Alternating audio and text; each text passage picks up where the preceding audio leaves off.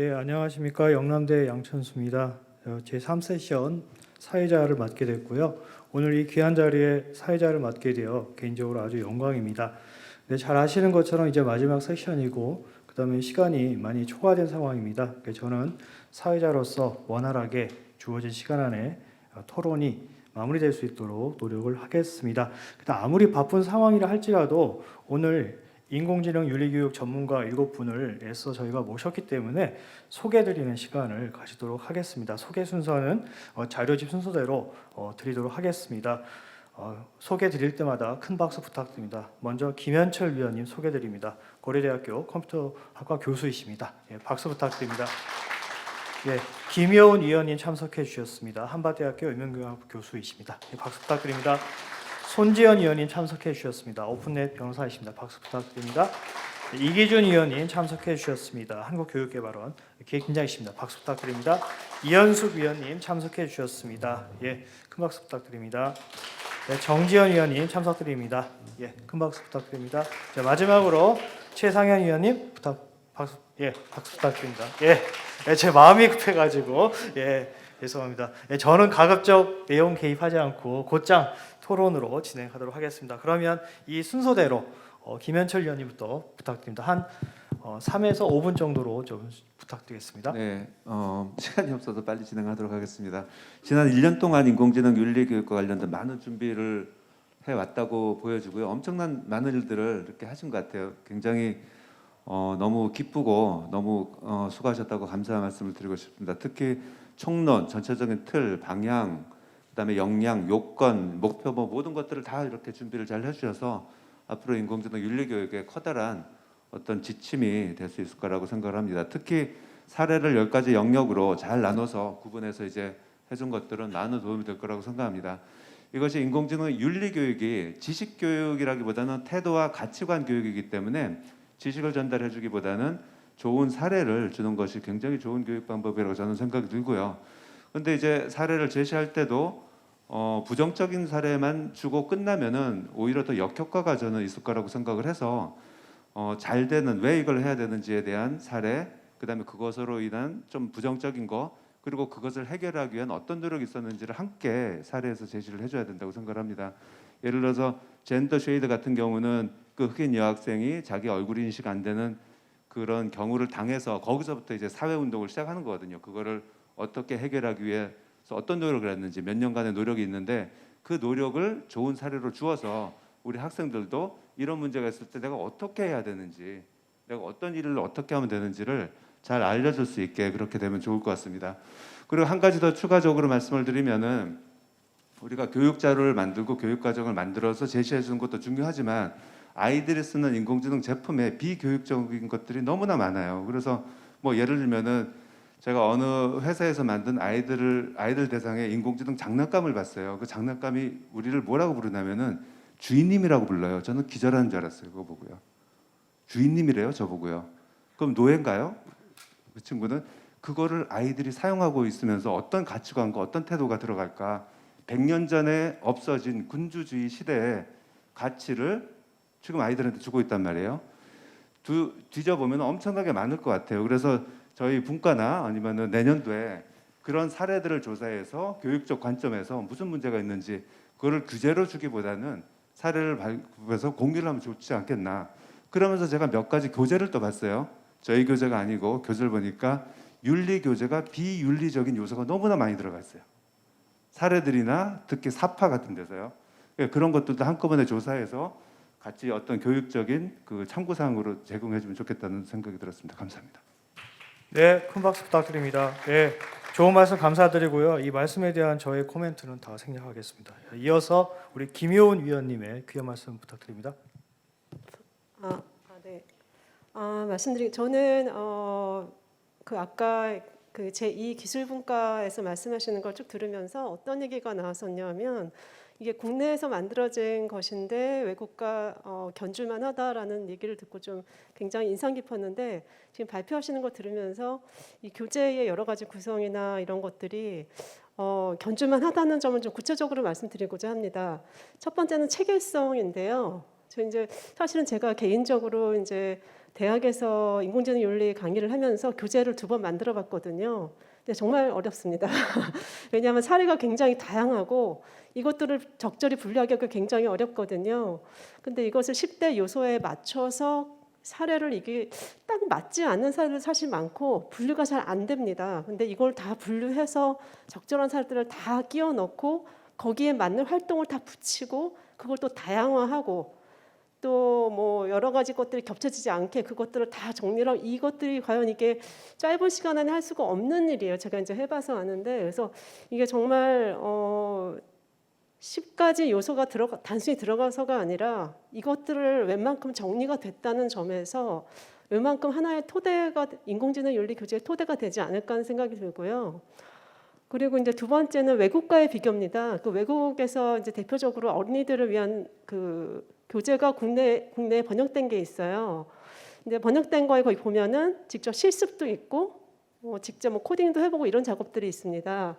저는 이제 학교에서 학생들한테 어떻게 하면 직접 실습을 하면서 인공지능 윤리를 가르칠 수 있을까를 굉장히 여러 가지 시도를 많이 하는데 이제 그 교재 같은 경우는 굉장히 잘 만들어진 교재임에는 틀림없으나 주로 이제 이미지 위주로 연습하도록 되어 있습니다. 저는 이제 다른 걸 사용하는데 이제 그런 측면에서만 보아도 지금 만들어진 이 구성과 여러 가지 그 사용하는 도구들이나 매체 이런 것들의 다양성이 도대체 이것들을 하기 위해서 얼마나 다른 교재들을 다 보고 그것보다 더 나아지도록 노력을 하셨을까라는 생각이 들어서 그 노력에 굉장히 경의를 표하고 싶고요. 저도 앞으로 또 다른 교재를 만들 때 여기에 나온 이런 약간 균형성, 체계성들을 좀 참고할 수 있을 것 같습니다. 정말 수고 많으셨습니다. 네, 말씀 고맙습니다. 박수 부탁드립니다. 자, 이어서 손지연 위원님 말씀 부탁드립니다. 네. 네, 저도 우선 이 어린이 청소년을 대상으로 하는 인공지능 윤리교육 교재를 만드는 것 자체가 굉장히 무척 어려운 작업이었을 것이라고 생각을 하고 인공지능 개념 자체가 그 기술이라는 측면에서 굉장히 광범위하고 또 이에 윤리와 철학을 접목시켰다는 이제 AI 윤리 기준도 굉장히 어려운데 이것을 어린이와 청소년들에게 쉽게 풀어서 설명을 한다는 것 그리고 나아가서 이제 초등 중등부의 경우에는 놀이와 체험 중심으로 구성을 하셨는데 이렇게 직접 경험을 해봄으로써 깨달을 수 있도록 하는 이제 놀이 체험을 구상하는 것 자체가 굉장히 매우 어려운 작업이었을 것이라고 생각하고 박수를 보내드리고 싶습니다. 그리고 교육 분과 활동을 하면서 지난 회의 때 이제 고등부 교재 일부분을 검토를 하면서 그 교재 집필에 정말 많은 딜레마 상황에 부딪힐 수밖에 없었겠다는 생각도 들었었는데요. 특히 고등부 교재 같은 경우는 탐구 중심으로 구성돼 있어서 이제 서술 중심인데 어떤 부분은 이해가 굉장히 쉽지 않은 어려운 설명 그리고 서술이 굉장히 많았다고 생각이 됩니다. 저부터가 이해가 어려운. 근데 그럴수록 이제 인공지능 윤리가 문제된 실제 사례를 풍부하게 소개하는 것이 개념에 대한 수월한 이해를 돕고 중요성을 깨닫게 하는데 매우 중요하다는 생각이 들었는데 국정 교재의 특성상 이제 정치적인 고려 그리고 외교상 문제 아니면 특정 기업에 대한 영향 이런 걸 고려해서 이를 그대로 실는 것을 저해할 수밖에 없는 현실도 제가 들어서 이제 깨닫게 되었고요. 그럼에도 불구하고 이제 실제 사례 소개가 시사 교육 측면에서도 저는 매우 중요하다고 생각이 되고 여기서 한 가지 의견을 드리자면 이제 사례의 요지를 전달하되 이제 평가적인 서술을 배제하고 해당 사례를 학생들이 스스로 조사하고 토론하도록 하는 방식으로 돌리는 게 어떨까 하는 의견을 드립니다. 그리고 아까 말씀하셨듯이 이게 윤리 수업의 특성상 어떻게 보면은 어떻게 저희가 서술로 이제 일방적으로 전달하는 것보다는 토론으로 이제 철학이나 윤리를 주체적으로 생성해 나가는 게 또 바람직하다는 측면에서 그렇게 하는 것이 어떨까 하는 의견을 드리고요. 또 앞에서 김현철 위원님도 말씀해 주셨는데 또 부정적인 어떤 윤리 기준 침해 사례만 소개하는 거는 어떻게 보면 인공지능에 대한 부정적인 감정만을 좀 심어줄 수 있기 때문에 모범적인 사례 그러니까 프라이버시 보호나 투명성 확보를 위해서 노력한 사례나 공공성을 증진한 AI 기술의 사례 같은 걸 많이 소개하는 것도 중요하다는 생각이 들었습니다. 네, 끝으로 인공지능 윤리는 이제 우선 이용자로서 이제 기술의 위험성을 인식하고 안전하게 이용하는 리터러시, 그리고 인공지능의 빅데이터를 만들어 나가는 그러니까 인공지능 세계의 참여자로서 지켜야 할 윤리, 그리고 또 개발자 등의 이해관계 주체로서 지켜야 할 윤리를 다 포괄을 하고 있다고 생각을 합니다. 그렇기 때문에 인공지능 윤리 교육은 어린이, 청소년이나 혹은 일반 교육 과정에 있는 사람들뿐만이 아니라 일반 대중, 성인들과 그리고 학교 밖, 제도 밖 청소년들 같이 일반적인 대중에게도 최대한 제공될 수 있도록 해야 된다고 생각이 됩니다. 그래서 지금 이 교재들을 바탕으로 해서 앞으로 대중교육으로 목표를 확장하셔서 과기부랑 이제 정보통신정책연구원이 일반 대중을 대상으로 한 인공지능 윤리에 대한 어떤 쉽고 흥미로운 동영상 콘텐츠나 웹툰 등의 대중교육 콘텐츠 개발과 배포를 하는 프로젝트를 진행하면 좋지 않을까란 앞으로 하는 그냥 바람을 전달드리면서 저는 마치겠습니다. 네, 감사드립니다. 수고하셨습니다. 네, 박수 부탁드립니다. 자, 이어서 우리 이기준 위원님의 말씀 부탁드립니다. 네, 우선 인공지능 윤리 교재 개발에 고생해주신 연구진 여러분들께 감사를 드립니다. 제가 토론문에 그 감사와 이 그 교재의 장점에 대해서 잔뜩 써놨는데 시간 관계상 요거는 생략을 좀 하도록 하겠습니다. 죄송합니다. 제가 한 세 가지 정도 말씀을 좀 드리고 싶습니다. 첫 번째는 교재 자체에 대한 의견입니다. 이번에 제가 검토한 교재는 초등학교 교육에 대상되는 교재를 제가 검토를 했는데요. 물론 많은 교사분께서 참여하셔서 학생들의 어휘력이라든지 문해력 등에 대한 검토가 이루어졌겠지만 편향이나 왜곡이라는 어휘는 현장에서 이해시키기란 쉽지 않을 것으로 생각이 됩니다. 교재 전반적으로 드는 느낌이 편향이나 왜곡의 의미를 이해한다는 것을 전제로 풀어나가고 있다는 생각이 좀 들고 있습니다. 전반적으로 잘 구성되어 있지만 초등학생들에게는 이런 기본 개념부터 차근히 좀 설명해 나가면 어떨까 하는 생각이 좀 들고요. 또 하나는 인공지능의 책임감에 대해서 언급하는 부분에서 인공지능의 잘못으로 인한 책임이 어디에 있는지에 대한 귀속 여부를 결과론적으로 논하고 있는데 그것보다는 인공지능으로 인해 잘못된 문제를 발생시키지 않기 위해 인공지능의 개발과 운영에 관련된 사람들이 가져야 하는 예방적 차원의 책임감에 대해서 좀 집필하면 어떨까라는 좀 생각이 좀 듭니다. 두 번째는 교재가 이제 개발되었으니 체험형 교구에 대한 개발 지원이 필요하다고 생각이 됩니다. 이 인공지능 교재를 가지고 공부하는 학생들은 이미 태어날 때부터 스마트폰과 유튜브 영상에 익숙한 세대들입니다. 최근 얘기되고 있는 MZ세대와는 또 달리 이들은 최근 코로나19를 겪으면서 단순히 일방향 동영상에서 벗어나 쌍방향 메타버스로 본격 진입한 세대입니다. 이들에게 단순한 책으로 된 인공지능 교재는 뭔가 좀 부족하다는 생각이 좀 듭니다. 특히 인공지능이라는 최첨단 기술을 책과 글로만 배우는 것은 뭔가 어색한 느낌이 좀 듭니다. 그렇기 때문에 학생들이 인공지능과 인공지능이 잘못된 결과를 내는 경우 발생하는 일에 대해 체험을 할 수 있는 체험형 교구, 보조 교재의 개발이 절실하다고 생각이 됩니다. 최근 미래 진로 결정을 위한 진로 체험 교육이 이루어지듯이 인공지능도 체험과 인공지능 윤리에 대한 체험이 이루어질 수 있는 온라인 그리고 오프라인 공간에서의 그런 체험 도구의 개발이 필요하다고 생각이 됩니다. 세 번째는 이제 인공지능 윤리 교육이 어떻게 교육 현장에 안착해야 될지를 고민해야 될 때입니다. 앞에서 많은 분들이 아마 그 이전은 그 세션 그 저희 포럼에서 많이 걱정하시는 것이 교육 현장에서는 인공지능 교육에 필요한 교사가 매우 부족하다라는 지금 현장의 목소리가 많이 있습니다. 지금 인공지능 교사의 수급은 주로 기존 정보교사들에 대한 연수로 이루어지고 있는 것이 현실입니다.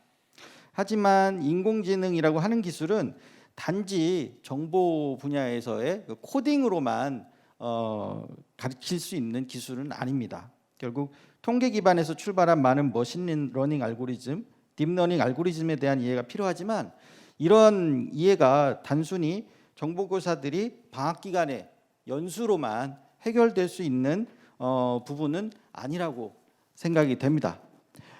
다행히 인공지능 윤리는 이러한 알고리즘을 세세하게 이해하지 않아도 되는 기술적인 문제가 아닌 문화적인 문제이기 때문에 인공지능 자체를 교육하는 것보다는 교사 양성이 수월하겠지만 인공지능 윤리는 결국 인공지능 교육 없이는 이루어질 수 없다는 부분을 생각한다면 인공지능 교육에 대해서도 같이 고민이 돼야 될 것이라고 생각됩니다. 얼마 전 교육부에서 교원 수급과 관련된 회의에 참석을 한 일이 있습니다. 다들 아시겠지만 우리나라의 교원 수급은 교육부에서 전반적인 계획을 세우고 이 계획에 대한 실행은 시도교육청에서 실행을 합니다. 그 회의 때도 지적된 부분은 교육부에서 교육을 세울 때 고민했던 여러 가지 정책적 방향들이 시도교육청의 시행 단계에 잘 반영되지 못한다는 그런 고민들이 많이 나왔습니다. 인공지능 윤리 교육도 교육 현장에서 잘 안착되기 위해서는 교육부의 도움도 필요하지만 시도교육청의 도움도 절실히 필요합니다.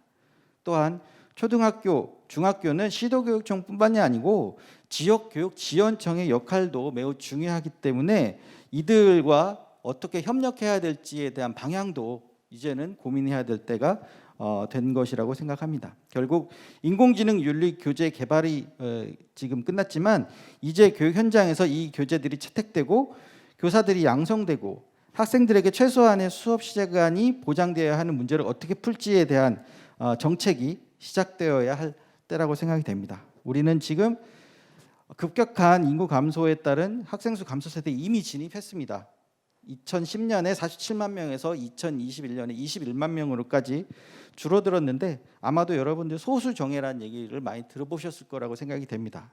이미 우리 교육은 소수의 단계로 접어들었습니다. 하지만 아직 정예의 단계로까지 들어서지는 못했다고 생각이 됩니다. 그렇다면 이 정예 교육을 위해 무엇이 필요한가라는 질문에 저는 당연히 인공지능이라고 답을 하고 싶습니다. 학생들에게 맞춤형 교육을 시킬 때 인공지능만한 도구는 없습니다. 또 학생들이 앞으로 살아가야 될 사회는 인구수 감소에 따라 그동안 사람들이 했던 일들을 인공지능이 해야 하는, 인공지능과 함께 살아가야 될 사회이기 때문에 인공지능을 어떻게 활용해야 될지에 대한 교육도 필요합니다. 결국은 인공지능 교육이라는 것이 인공지능을 이용한 교육, 인공지능을 이용할 교육 두 가지 다 필요하고 이 두 가지 모두의 인공지능 윤리는 필수적인 요소이기 때문에 지금까지의 약간 그 엔지니어 양성적인 그런 그 인공지능 정책이었다면 앞으로는 인공지능의 휴머니즘적 시민사회 역량적인 그런 교육 정책의 고려가 필요할 것이라고 생각이 됩니다. 예, 이상 말씀드렸습니다. 네, 말씀 고맙습니다. 박수 부탁드립니다. 네. 다음으로 우리 이현숙 위원님의 말씀 부탁드립니다. 네, 먼저 인공지능 윤리 교재를 초등학교용, 중학교용, 고등학교용 이렇게 세 권이나 학교급별로 개발하시는데 너무 고생 많으셨다는 말씀 드리고 싶습니다. 그리고 저는 사실 그 교재를 이렇게 개발하시는 과정을 보고 처음엔 잘 나올까 하는 생각을 했는데 지금 오늘 좀 결과물을 초중고 다 한꺼번에 같이 보니까 너무 정말 고생하셨겠구나. 그리고 정말 생각보다 정말 잘 나왔더라고요. 그래가지고 저희가 AI 교육 선도학교를 지금 지원을 하고 있는데 선도학교 선생님들께 얼른 이 교재를 보내드리고 싶다 생각을 했습니다. 그리고 이제 개발하시는 과정들을 보니까 작년에 그리고 올해 초까지 인공지능 윤리교육 총론 개발하시고 이를 바탕으로 이제 교재를 개발을 하셨더라고요. 그래서 연구기관답게 체계적으로 이제 교재 개발이 진행이 돼서 산출물이 잘 나오신 것 같고요. 그리고 또 선도학교 교사 설문조사 거쳐서 초등학생, 중학생, 고등학생 그리고 성인별로 강조돼야 할 10대 핵심 요건을 조사하고 이를 근거로 해서 학생 수준 또 고려해서 교재를 만드는데 좀 신경을 되게 많이 쓰셨는데 특히 이제 오늘 발표 자료에 나왔던 노란 수박을 참외로 인공지능이 잘못 분류하는 예시를 이제 동기부여 자료로 제시한다던가 하는 부분들이 이 다른 교재들에서 다 있더라고요. 그래서 좀 학생들이 흥미 느끼고 몰입할 수 있는 소재 적절하게 잘 선택하셨다는 생각이 들었습니다. 그리고 고등학교 교재도 좀 인상 깊었는데요. 그 정말 좀 학생들 사고를 많이 할 수 있게끔 그 유도를 많이 하셨더라고요. 예를 들면 그 인공지능 기술을 활용해서 지속 가능 발전 목표를 달성할 방안 탐구하기와 같은 예시는 학생들 개개인이 고유의 자기의 아이디어를 좀 구체화해 보는 경험을 이렇게 제공을 했더라고요. 그렇게 되면 학생들 사고력도 커지고 또 인공지능 윤리 의식도 커져서 교육에 많이 학생들 어쨌든 핵심 역량 함량에 많이 도움이 될 거라는 생각이 들었습니다.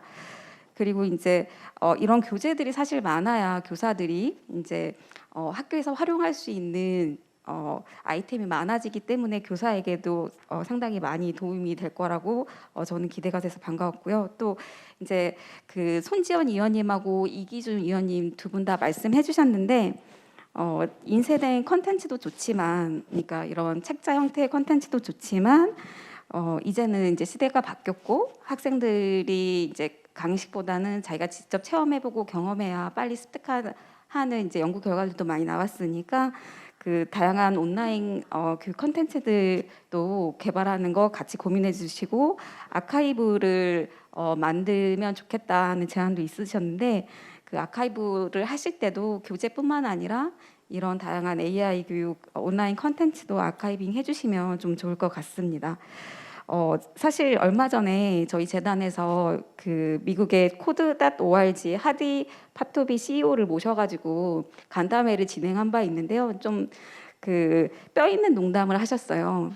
3년 전에 재단을 방문했었거든요. 하디 파토비가 그때 이제 재단에서 만든 교재를 가져가셨대요. 그래서 자기 방에 놓고 이렇게 봤는데 그걸 계속 자기 방에 두고 있대요. 전시해 놓고 자기가 생각할 때는 온라인 교육, 소프트웨어 교육, AI 교육을 하는데 왜 교재를 책자 형태로 만들지 하는 생각이 들었다고 하고요. 그래서 한국도 온라인 콘텐츠 좋은 콘텐츠 많이 만들어주면 좋겠다 이런 이야기들을 했습니다. 그래서 지금 두 분의 위원님들이 말씀해 주셨지만 저도 그 부분이 상당히 걸려서 저희 재단도 많이 못하는 부분이라 한번 더 강조해서 말씀드렸습니다.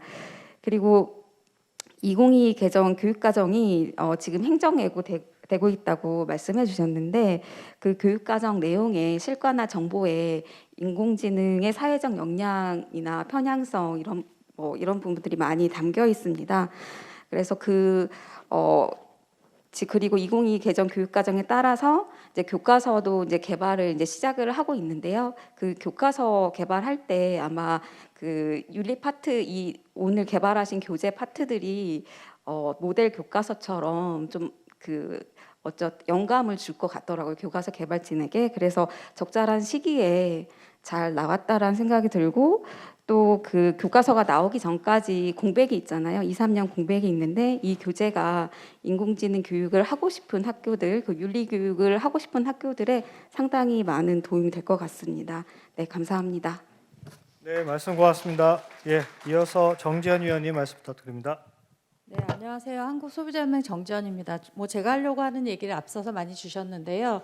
저는 지금 AI 법인격을 이제 논의할 정도로 기술의 발전이 굉장히 빠르게 진행되고 있는데 이 인공정책, 인공지능 윤리 확산을 위한 저는 이제 포럼에 참여하면서 굉장히 훌륭한 거버넌스의 모델이라고 생각이 들었습니다. 정부도 참여를 하고 그 학계, 그다음에 산업계, 그다음에 시민사회단체, 또 현장에 있는 교사 선생님들도 좀 참여를 하시면서 서로를 조금 이해할 수도 있고 그걸 통해서 이렇게 결과물을 만들어낼 수 있었다는 게 저는 굉장히 의미 있는 작업이었다고 생각이 되고요.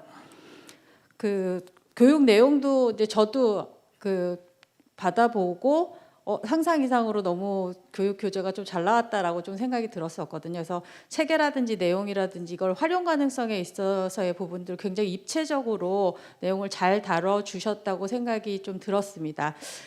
그냥 추가적으로 앞서 이제 말씀드린 거하고 좀 덧붙여서 이게 이제 초중고 교육용에 저희가 이제 교육 교재를 만들었는데 저는 그 연령대가 좀 더 낮아져야 된다고 생각이 되거든요. 그래서 교육의 부분들이 지금 뭐 로블록스라든지 뭐 아주 어린 아이들이 실제로 뭐 만들고 이런 것들을 막 구현하고 있기 때문에 좀 더 어린 나이에서부터 이런 윤리 교육을 받을 수 있는 부분들이 저는 좀 필요하다라고 생각이 들어서 향후에는 이제 유치원 단계까지 좀 교육이 확장될 수 있도록 해주셨으면 좋겠다는 부탁의 말씀을 드리고, 또 이게 오히려 어린이 청소년에 비해서 저는 부모들이 이런 리터러시가 너무 부족하다라는 생각이 들어서 부모들이 이런 윤리 교육이 필요하다라는 부분들, 오히려 막 코딩은 가르치려고 하면서 윤리 교육에 대해서는 좀 더 그 중요성을 잘 모르고 있는 경우들도 많아서 부모들 그다음에 성인들이 이런 윤리 교육에 대한 부분들을 조금 참여할 수 있고, 그다음에 교육의 그런 부분들을 받을 수 있도록 앞서 말씀 주셨던 것처럼 이런 좀 다양한 콘텐츠, 또 쉽게 접근할 수 있는 방법들에 대한 그런 부분들도 같이 고려해 주실 것을 좀 부탁드리고 싶습니다. 예, 이상입니다. 네, 고맙습니다. 큰 박수 부탁드리고요. 자, 마지막으로 최상영 위원님인데 제가 잠깐 멘트를 좀 드리면 마지막이시기도 하고, 그 다음에 오늘 되게 좋은 말씀이 많이 오갔던 교재의 지필자이시기도 합니다. 그래서 지필자님의 관점으로 한번 저희가 마지막 말씀을 듣겠습니다. 부탁드립니다. 예, 안녕하세요. 저는 교실에서 안내서 역할을 하고 있는 교사 최상현입니다. 예, 사실 저는 학교 다닐 때 보면 교사라는 분들이, 제가 만났던 선생님들은 법을 집행하는 사람이었어요. 어떤 안내를 하기보다 벌을 주고 선생님께서 판단하신 게 절대적이었던 그런 시대에서 살았는데, 요즘 학교는 아까 전 섹션에서 말한 것처럼 어떤 안내서의 역할이 더 큰 것 같습니다. 그래서 학교라는 곳이 뭐 코로나를 겪으면서 뭐 없어질 것이다 이런 말도 많았지만 이렇게 중요성이 대두되는 게 다양한 아이들이 어떻게 작은 사회로서 갈등도 생기고 그런 것들을 이제 서로 대화 여러 가지 뭐 민주 시민으로서 어떤 절차를 통해서 해결해 나가는 모습을 보면서 저는 학교라는 곳이 굉장히 중요한 역할을 하고 있구나라는 생각을 많이 했습니다. 근데 또 이제 그래서 안내자로서의 역할이 되게 중요한데, 문제는 사회 곳곳에 만연돼 있는 어떤 이슈들이 생길 때마다 모든 각종 안내자의 역할을 떠맡긴다는 거죠. 그러니까 지금 가장 큰 문제는 AI 윤리 교육 되게 중요한데, 가장 중요하다고 저도 생각을 하는 것 중에 하나지만 문제는 그거를 가르칠 시간이 없다는 거죠. 예, 초등학교 같은 경우에는 교과조차도 없는 상황에서 17시간, 1학년부터 6학년까지 17시간 동안에 소프트웨어 교육을 하라고 하는데, 사실은 6학년에서밖에 지금 교과서에 나와 있지 않아요. 그리고 그 밖에 가르쳐야 될 것들이 있는 상황에서 아무리 좋은 취지의 것들을 우리가 이런 교재를 만들어서 주더라도 저는 결코 선생님들께서 활용하지 않을 거라는 확신이 있었습니다. 중학교는 좀 달라요. 중학교는 교과가 있고 34시간 이상 확보가 되어 있기 때문에 그 전공하신 선생님이 계시고요. 초등학교는 전공조차도 개인의 어떤 관심에 의해서 뭐 대학원을 진학한다던가 배우신 분들이 그 학교에 있을 수도 있고 없을 수도 있는 상황이고, 그런 전공을 하신 분들도 그 학교에서 정보를 가르칠 수가 없습니다. 예. 그래서 이런 상황 속에서 교재를 만들 때 가장 먼저 우선을 뒀던 것은 일반 선생님들께서 아무것도 모르시는 분들이 그냥 일반 교육 과정 안에서 자연스럽게 그냥 어떤 소재로서 이런 것들이 현재 중요하니까 사회 시간에도 국어 시간에도 도덕 시간에도 쓸 수 있는 교재를 만들어야겠다. 그래서 그런 교재를 선생님들이 어떠한 큰 노력 없이 프린트를 해서 그냥 수업 시간에 사회 시간에 가르친다는 거죠. 아까 말씀하셨지만 SDGs라는 것이 실제로 6학년 교과서에 나옵니다. 그래서 그 시간에 연대성과 연계시켜서 가르친다면 자연스럽게 AI 윤리 교육이 되지 않을까라는 관점에서 시작을 했고, 그런 과정 속에서 이 연구원에서 굉장히 많은 도움을 주셨습니다. 그래서 저희 교재 같은 경우에는 그래서 총 10개 챕터에서 41개 활동으로 되어 있는데요. 사실 되게 많이 썼어요, 일부러. 그래서 선생님들께서 교과가 없는 상태에서 이거를 수업하세요라고 하면 사실 맞지 않거든요. 그래서 1시간을 적용하든 4시간을 적용하든 여러 가지 활동을 골라서 쓰세요라는 개념으로 저희는 모듈 형태로 만들었고요. 그래서 현장에서 제가 아시는 몇 분들한테 좀 테스트를 부탁드렸더니 그런 방법이 되게 좋은 것 같아요. 왜냐하면 교과가 없기 때문에 우리는 지금 몇 시간 가르칠지도 모르는 상황에서 선생님들끼리 좀 더 효율적으로 활용할 수 있다는 이야기를 들었고요.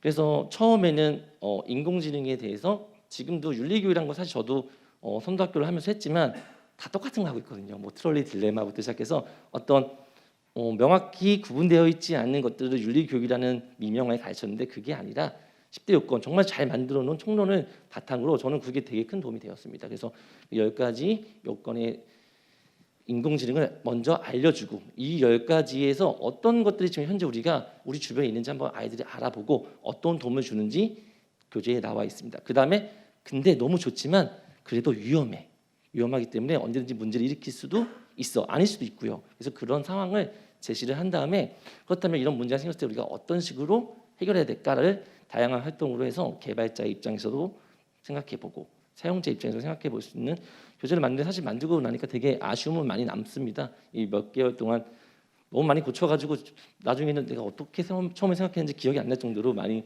고친 것 같습니다. 그리고 마지막에 또 교수님들께서 위원들께서 너무 조언을 잘해주셔가지고요. 저희가 생각하지 못했던 그런 부분을 많이 채울 수 있었습니다. 그래서 이런 저도 경험을 통해서 뭐 다음 또 다른 교재라든가 또 다른 어떤 우리 학교 현장이나 사회 현장에서 안내서가 필요할 때 이런 거버넌스의 느낌으로 좀 했으면 좋겠다는 생각을 많이 했고요. 그다음에 좀 학교에서는 또 아까도 저도 말씀드렸던 게 보조 자료가 되게 많이 필요하다고 봤는데 또 어떤 문제가 있냐면요. 제가 어저께 들었던 이야기입니다. 그 어떤 분께서 전화를 하신 거죠. 학교에 아이들에게 태블릿을 사용하게 한 학교가 있어요. 저도 사용하고 있고요. 모든 학교가 지금 태블릿이 수백 대가 있어요. 근데 그러면 이제 그거를 사용할 때 우리가 기능을 먼저 접근합니다. 이걸 가지고 뭘 할 수 있어? 이거 가지고 뭐 AI 할 수 있어? 근데 항상 우려하는 것들이 있잖아요. 어떤 학교에서 어떤 아이가 음란물을 본 거예요. 근데 사실 학교에서 음란물을 볼 수가 없거든요. 망 자체가 막혀 있어요. 그 아이는 테더링을 통해서 본 거죠. 그렇다고 학교에서 그런 교육을 안 했냐? 반기별로 그러니까 1년에 2번 정보통신 윤리교육을 하게 되어 있어요. 그런 것들을 보면 안 된다고 가르치고 있죠. 그런데 그런 아이들이 생겨요. 근데 우리가 그런 아이들이 생겼을 때 어떻게 접근을 할까요? 어떤 분들은 다시 한번 교육을 통해서 그런 것들을 그냥 하지 말라고 교육을 할 수도 있고 어떤 분들은 야 이런 일이 생겼으니까 다시는 우리는 하지 마라고 하시는 분들도 계세요. 사실 이런 것들을 뭐 하나 하려고 하면요 학교에서는요 문제가 생길 수밖에 없어요. 그 아이들이 0.1%도 안 되는 아이들인데 그런 아이들이 호기심과 재미로 인해서 어떤 문제가 발생되면 사회에서는 되게 크게 보도가 되죠. 그래서 모든 다른 교육들을 좀 많이 위축시키는 게 있어요. 그래서 디지털 이런 기기를 사용할 때도 리트러시라는 게 지금 대두가 되고 있는데 그것조차도 시수가 없다는 거죠. 그래서 이런 것들을 다 가르치기 위해서는 지금 현재 가르쳐야 되는 것들이 너무 많기 때문에 좀 그런 것들이 체계적으로 한번 정리가 돼야 될 필요가 있지 않겠나라는 생각을 했습니다. 이상입니다. 감사합니다. 예, 말씀 고맙습니다. 큰 박수 부탁드리고요. 예, 시간이 거의 다 됐는데요. 저도 뭐 사회자로서 간략하게 말씀을 좀 드리고 싶은 게 있는데요. 첫 번째는 이제 왜 인공지능 윤리 교육인가? 뭐 잘 아시는 것처럼 그리고 아까 이 세션에서 패널 분들이 우려하신 게 지금 인공지능 법안이 규제 법안이 지금 계속 제의가 되고 있고 아마도 유럽 연합의 영향 때문이고 제가 속해 있는 법학에서는 유럽 연합이 만들면 우리도 만들자 뭐 이런 논의가 많이 있습니다. 그래서 이에 관한 반성적인 논의가 필요하고 그 인공지능 윤리라는 게 잘 아시는 것처럼 연성규범이고 연성규범의 핵심은 자율적인 내면화가 핵심입니다. 그 자율적인 내면화를 위해서 바로 우리 인공지능 윤리 교육이 아주 중요하다. 그 말씀을 좀 드리고 싶고요. 그래서 저희 3세션이 마지막을 장식한다고 생각합니다. 그리고 한 가지는 더 요즘에 아이들의 교육 교재를 보면 정말 수준이 높습니다. 심지어는 올해 수능 시험 영어에 제가 좋아하는 독일의 사회학자 니클라스 루만에 관한 지문이 나왔습니다. 제가 깜짝 놀랐습니다. 근데 아까 또 교재를 보니까 저도 교재 검토를 했는데 전 중등 교재를 검토를 했는데 고등 교재에 나와 있는 한스 요나스 책임 원칙은 저도 논문을 썼지만 굉장히 독특한 법학의 책임과는 굉장히 구별되는 그런 책임 원칙이어서 그 주목을 받은 건데요. 이게 교재도 훌륭하지만 또 이 교재가 잘 학생들에게 내면화되려면 또 현장에 계시는 교사분들의 어떤 교수법이라든지 전문성이 또 많이 중요하겠다. 자, 이 말씀을 드리면서 자, 오늘 3세션 마무리하겠습니다. 다시 한번 발표와 토론해 주신 분들에게 힘찬 박수 부탁드립니다. 고맙습니다. 네, 고맙습니다. 이렇게 교육